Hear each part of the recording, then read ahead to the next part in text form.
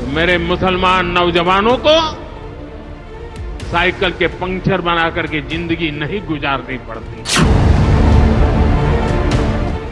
प्रधानमंत्री नरेंद्र मोदी ने बयान दिया कि अगर वक्फ संपत्ति का उपयोग सही तरीके से हुआ होता तो आज मुसलमान नौजवानों को साइकिल का पंक्चर बनाकर जिंदगी नहीं गुजारनी पड़ती। पीएम मोदी के इस बयान ने पूरे देश में हलचल मचा दी है। पीएम मोदी ने वो कहा है जिसे बोलने की हिम्मत किसी में नहीं थी। पीएम मोदी के इस पंक्चर वाले बयान पर अब AIMIM चीफ असदुद्दीन ओवैसी ने पलटवार किया है। ओवैसी ने जो कहा है वो आपको हैरान कर देगा। पीएम मोदी और ओवैसी का बयान आपको आगे सुनवाएंगे, लेकिन पहले खबर देखिए। दरअसल पीएम मोदी ने सीधे देश के मुसलमानों से बात करते हुए पूछा कि आपको वक्फ से क्या मिला है। तुष्टीकरण और कट्टरपंथ की वजह से देश के मुसलमानों की हालत खराब हुई है, गरीबी बढ़ी है। एक वक्त तो ऐसा आया कि मुसलमानों के बच्चे पंक्चर लगाने के कामों में ज्यादा से ज्यादा लगने लगे। बात कड़वी है, लेकिन पीएम मोदी ने बात कह दी है। पीएम मोदी ने सीधे मुसलमानों से बात करते हुए कहा है कि आप बहकावे में मत आओ, अपने भविष्य को सही से चुनो। मुसलमानों से जो सवाल आज पीएम मोदी ने पूछे हैं वो कोई नहीं पूछ पाया। पीएम मोदी के पंक्चर वाले बयान को सुनकर सबसे ज्यादा असदुद्दीन ओवैसी भड़के हैं।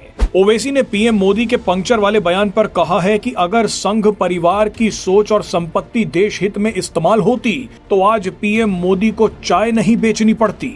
ओवैसी सीधे सीधे एक जायज सवाल पर कुतर्क दे रहे हैं। ओवैसी पूछ रहे हैं कि पिछले 11 साल में मोदी ने हिंदू और मुसलमानों के लिए क्या किया है। 33% भारतीय बिना नौकरी और पढ़ाई के जी रहे हैं। ओवैसी बोल रहे हैं कि मोदी का वक्फ संशोधन बिल वक्फ कानून को और भी ज्यादा कमजोर कर देगा।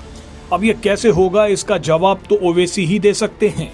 ये वही ओवैसी हैं जो लगातार वक्फ बिल को लेकर कई झूठे दावे करते आए हैं। ओवैसी ने खुद कहा था कि अगर वक्फ संशोधन कानून आ गया तो मुसलमानों की मस्जिदें और कब्रिस्तान छिन जाएंगे। ये ठीक वैसा ही डर है जो CAA को लेकर फैलाया गया था। उस समय कहा गया था कि अगर CAA कानून पास हो गया तो मुसलमानों की नागरिकता छिन जाएगी। ऐसे में देश के मुसलमानों को आज फैसला कर लेना चाहिए कि वो ओवैसी की बात मानेंगे या पीएम मोदी की। देश के मुसलमानों को बताना चाहिए कि सच कौन बोल रहा है, पीएम मोदी या असदुद्दीन ओवैसी। वैसे आपको बता दें कि पीएम मोदी का ये बयान सुनकर अब कांग्रेस भी उन पर टूट पड़ी है। कांग्रेस ने कहा कि पीएम मोदी एक विशेष समुदाय को पंक्चर बनाने वाला बुला रहे हैं। कांग्रेस ने तुरंत अपनी टूल किट एक्टिव कर दी है, लेकिन पीएम मोदी ने कांग्रेस की भी पोल खोल दी। पीएम मोदी ने कहा कि तुष्टीकरण की नीति का सबसे बड़ा नुकसान मुसलमानों को हुआ है। पीएम मोदी ने कहा कि आज मुसलमानों की जो स्थिति है उसकी सबसे बड़ी जिम्मेदार कांग्रेस पार्टी है। पीएम मोदी ने कहा कि कांग्रेस ने सिर्फ कुछ कट्टरपंथियों को ही खुश किया है, बाकी समाज बेहाल और गरीब रहा। कांग्रेस की इसी कुनीति का सबसे बड़ा प्रमाण ही पुराना वक्फ कानून था। आइए अब आपको पीएम मोदी का यह बयान सुनवाते हैं। वक्फ के नाम पर लाखों हेक्टेयर जमीन पूरे देश में है और आज ईमानदारी से उसका उपयोग हुआ होता तो मेरे मुसलमान नौजवानों को साइकिल के पंक्चर बना करके जिंदगी नहीं गुजारनी पड़ती। तुष्टीकरण की राजनीति के लिए, वोट बैंक की राजनीति के लिए 2013 के आखिर में, आखिरी सत्र में कांग्रेस ने